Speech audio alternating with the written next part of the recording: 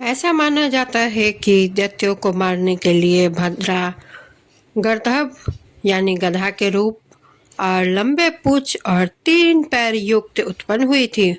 पौराणिक कथा के अनुसार भद्रा भगवान सूर्य नारायण और पत्नी छाया की कन्या व शनि की बहन है। राधे राधे दोस्तों आप मेरे YouTube चैनल व्रत एंड पर्व में आप सभी का स्वागत करती हूँ।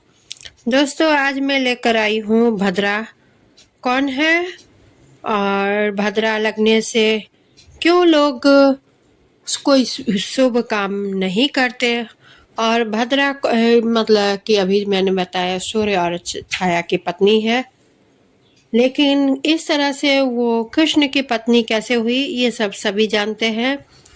इसके लिए आप सभी को मेरे पूरे वीडियो में बने रहना पड़ेगा। पूरे वीडियो का अंत तक जाने। बहुत ही अच्छी और रोचक कथा है। इस बार होलिका दहन में भी भद्रा का वास है, जो 2 तारीख मार्च, और यह भद्रा आपको 2 तारीख के शाम को 5:19 से सुबह 4:56 तक रहेगी। ऐसा क्यों होता है कि भद्रा लगने पर या किस राशि होने पर भद्रा लगती है, ये सब सभी कुछ जानेंगे। और कोई भी शुभ काम नहीं होता है। भद्रा का स्वरूप कैसा है ये सब भी जानेंगे। अक्सर जब भी किसी त्यौहार जैसे होलिका दहन या दिवाली या फिर रक्षाबंधन भाइयों को टीका करना हो तो हम भद्रा पर विचार करते हैं और भद्रा की समाप्ति पर ही कोई भी मांगलिक कार्य करते हैं, त्योहार मनाते हैं। आखिरी यह भद्रा कौन है और क्यों भद्रा में शुभ कार्य वर्जित होता है? भद्रा की उत्पत्ति कैसे हुई? भद्रा भगवान सूर्य नारायण और छाया की पुत्री है और शनिदेव की सगी बहन है। भद्रा का रंग काला, रूप भयंकर, लंबे केस व दांत विकराल है। जन्म लेते ही वह संसार को ग्रसने दौड़ी, यज्ञों में विघ्न पहुंचाने लगी, उत्सवों और मंगल कार्यों में उपद्रव करने लगी। इसके भयंकर रूप और उपद्रवी स्वभाव को देखकर कोई भी उससे विवाह करने को तैयार नहीं हुआ। सूर्यदेव ने अपनी पुत्री के लिए स्वयंवर का आयोजन किया तो भद्रा ने तोरण, मंडप आदि सभी उखाड़ कर आयोजन को नष्ट कर डाला और सभी लोगों को कष्ट देने लगी। तब सूर्य नारायण ने भद्रा को समझाने के लिए ब्रह्मा जी से प्रार्थना की। प्रजा के दुख को देखकर ब्रह्मा जी ने भद्रा को समझाते हुए कहा, तुम बालव, कौलव, तैतिल, गर, वाणिज्य, बिष्टि आदि चार कारणों के अंत में 7वें करण के रूप में स्थित रहो। जो व्यक्ति तुम्हारे समय में यात्रा, गृह प्रवेश, खेती, व्यापार, उद्योग, अन्य मंगल कार्य करे तुम उसमें विघ्न डालो। जो तुम्हारा आदर न करे उसका कार्य ध्वस्त कर दो। बाद में सूर्य नारायण ने अपनी पुत्री भद्रा का विवाह विश्वकर्मा के पुत्र विश्वरूप के साथ कर दिया। करण पंचांग का 5वां अंग है। प्रत्येक तिथि को 2 भागों में बांटने के कारण इसे करण कहते हैं। भव, बालव आदि 7 कारणों की एक महीने में बार बार आवृत्ति होती है, इसलिए ये चर करण कहलाते हैं। चर करण में 7वें करण बिष्टि का नाम भद्रा है। एक अन्य पौराणिक कथाओं के अनुसार दैत्यों से पराजित दैत्यों की प्रार्थना पर भगवान शंकर के शरीर से गर्दभ यानी गधे के समान मुख वाली, कृष्णोदरी यानी पतले पेट वाली, पूंछ वाली, मृगेंद्र सिंह के समान गर्दन वाली, 7 भुजाओं वाली, सबका वाहन करने वाली और दैत्यों को विनाश करने वाली भद्रा उत्पन्न हुई। भद्रा ने ब्रह्मा जी का आदेश मान लिया और वह काल के एक अंश के रूप में आज तक विद्वान है। भद्रा प्राय प्रत्येक द्वितीया, तृतीया, सप्तमी, अष्टमी और द्वादशी, त्रयोदशी को लगी रहती है। भद्रा 5 घड़ी मुख में, 2 घड़ी कंठ में, 11 घड़ी हृदय में, 4 घड़ी नाभि में, 5 घड़ी काटी में और 3 घड़ी पूछ में स्थित रहती है। जब भद्रा मुख में स्थित रहती है तब कार्य का नाश, कंठ में होने पर धन का नाश, हृदय में प्राण का नाश, नाभि में कलह, कमर में अर्थ भ्रष्ट होता है। किंतु पूछ में भद्रा विजय और कार्य सिद्धि कराती है। इस प्रकार भद्रा का लगभग 12 घंटे में से केवल 1 घंटा 12 मिनट का अंतिम समय शुभकारी होता है। इसलिए मांगलिक कार्यों में भद्रा का त्याग करना चाहिए। सूर्य नारायण की पुत्री और ब्रह्मा जी द्वारा उपदेशित होने के कारण भद्रा संसार में पूज्य है। भद्रा की उपेक्षा से मनुष्य को विपरीत परिणाम भुगतने पड़ते हैं। भद्रा में मंगल कार्य जैसे यात्रा, रक्षाबंधन, विवाह, दाह कर्म आदि नहीं करने चाहिए। भद्रा में श्रावणी यानी श्रावण की पूर्णिमा को किया जाने वाला कर्म और फाल्गुनी यानी होलिका दहन का भी निषेध है, क्योंकि श्रावणी कर्म करने से राजा का नाश होता है और होलिका दहन से अग्नि का भय होता है।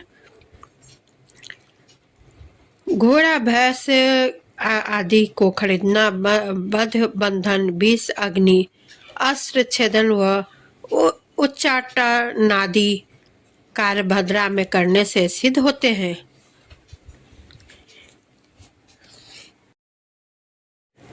राजा युधिष्ठिर ने पूछा भगवान श्री कृष्ण से, हे भगवान, लोक में बिष्टि भद्रा नाम प्रसिद्ध है और भयंकर है। कौन है भद्रा? किसकी कन्या है? यह क्या विधि है? भगवान श्री कृष्ण ने कहा, हे राजन, यह भगवान सूर्य की कन्या है। यह सूर्य की पत्नी छाया से उत्पन्न हुई है और शनिदेव की सगी बहन है। वह काले वर्ण, लंबे केस, बड़े बड़े दांत और भयंकर रूप वाली है। जन्मते ही संसार को ग्रास करने के लिए दौड़ी थी। यज्ञों में बाधा, मांगलिक कार्यों में बाधा और उपद्रव करने लगी थी। पूरे विश्व को हानि पहुंचाने लगी थी। उसके इस स्वभाव को देखकर भगवान सूर्य सदैव चिंतित रहने लगे। फिर उन्होंने उसका विवाह करने का निश्चय किया। जब जब जिस देवता या असुर या किन्नर आदि से सूर्य नारायण ने प्रस्ताव रखा, तब भी कोई इस भयंकर कन्या से विवाह करने को तैयार नहीं हुआ। दुखित हो सूर्य ने अपनी कन्या के लिए विवाह मंडप बनवाया था। भद्रा ने उस मंडप को उखाड़ कर फेंक दिया था। उसी समय ब्रह्मा जी वहां आए। उन्हें देखकर सूर्य नारायण ने कहा, ब्राह्मण, आप ही इस संसार के कर्ता तथा भर्ता हैं। फिर आप मुझसे ऐसा क्यों कह रहे हैं? जो भी आप उचित समझे वही करे। सूर्य नारायण ऐसा वचन सुनकर ब्रह्मा जी ने वशिष्ठ जी को बुलाकर कहा, भद्रे, वह बालब, कौलब आदि कारणों के अंत में तुम निवास करो, और जो व्यक्ति यात्रा, प्रवेश, मांगल्य, कृत्य, खेती, व्यापार, उद्योग आदि कार्य तुम्हारे समय में करे, उन्हीं में तुम विघ्न करो। 3 दिन तक किसी प्रकार बाधा न डालो। चौथे दिन उनके आधे भाग में देवता और असुर तुम्हारी पूजा करेंगे। जो तुम्हारा आदर ना करे उनका कार्य तुम ध्वस्त कर देना। इसी प्रकार वशिष्ठ उपदेश देकर ब्रह्मा जी अपने धाम को चले गए। इधर वशिष्ठ जी के भी देवता, दैत्य, मनुष्य सब प्राणियों को कष्ट देती हुई घूमने लगी। महाराज, इस तरह से भद्रा की उत्पत्ति हुई और वह अति दुष्ट प्रकृति की है। इसलिए मांगलिक कार्यों में उसका अवश्य त्याग करना चाहिए। भद्रा 5 घड़ी मुख में रहती है, 2 घड़ी कंठ में, 11 घड़ी हृदय में, 4 घड़ी नाभि में, 5 घड़ी कटी में, 3 घड़ी पूंछ में। भद्रा का निवास कैसे होता है? क्या है? भद्रा 5 घड़ी मुख में कार्य नाश होता है। 2 घड़ी कंठ में रहने से धन का नाश रहता है। 11 घड़ी हृदय में रहने से प्राण का नाश होता है। 4 घड़ी नाभि में कलह होने का डर रहता है। 5 घड़ी कटी में अर्थ भ्रष्ट होना। 3 घड़ी पूंछ में निश्चित रूप से विजय और कार्य की सिद्धि मिलती है। मतलब पूंछ में अगर भद्रा रहे तो उसमें आपको सफलता ही प्राप्त होगी। भद्रा के 5 नाम है: धन्य, दधि, मुखी, भद्रा, महामारी खरना कालरात्रि मर्म महारुद्रा वैशिष्ट कुलपुत्रिका भैरवी च महाकाली असुराणां क्षयकारी द्वादशे तु नमानि प्रातरुत्थाय यः पठेत् न च व्याधि भर्वते तस्य रोगी रोगात् प्रमुच्यते ग्रहा सर्वानुकूला स्युर्न च विघ्नादि जायते रणे राजकुले धूते सर्वत्र विजय भवते। भद्रा के 12 नाम इस प्रकार है। धन्या दधिमुखी भद्रा महामारी खरनानना कालरात्रि महारुद्रा विष्टि कुलपुत्रिका भैरवी महाकाली असुर क्षयकारी। इन 12 नामों का प्रातःकाल पाठ करने से या जो करता है उसे कभी व्याधि का भय नहीं होता। रोगी रोग मुक्त होता है। सभी ग्रह अनुकूल हो जाते हैं। कार्य में कोई विघ्न नहीं आते। युद्ध में राजकुल में विजय प्राप्त होता है। जो विधि पूर्वक इसका पाठ करता है निसंदेह उसके कार्य सिद्ध हो जाते हैं। भद्रा की व्रत की विधि इस प्रकार है। राजन, जिस दिन भद्रा हो उस दिन उपवास करना चाहिए। यदि रात्रि के समय हो तो दूसरे दिन एक भुक्त करना चाहिए। एक प्रहार के बाद भद्रा हो तो 3 प्रहार तक उपवास करना चाहिए या फिर एक समय भुक्ता रहना करना चाहिए। जिस दिन यह व्रत करे उस दिन आंवला लगाकर स्नान करे। चाहे तो उस दिन पितृ तर्पण कर सकते हैं। देवताओं का पूजन भी कर सकते हैं। कुशा से भद्रा की मूर्ति बनाए और उसकी पूजा करें।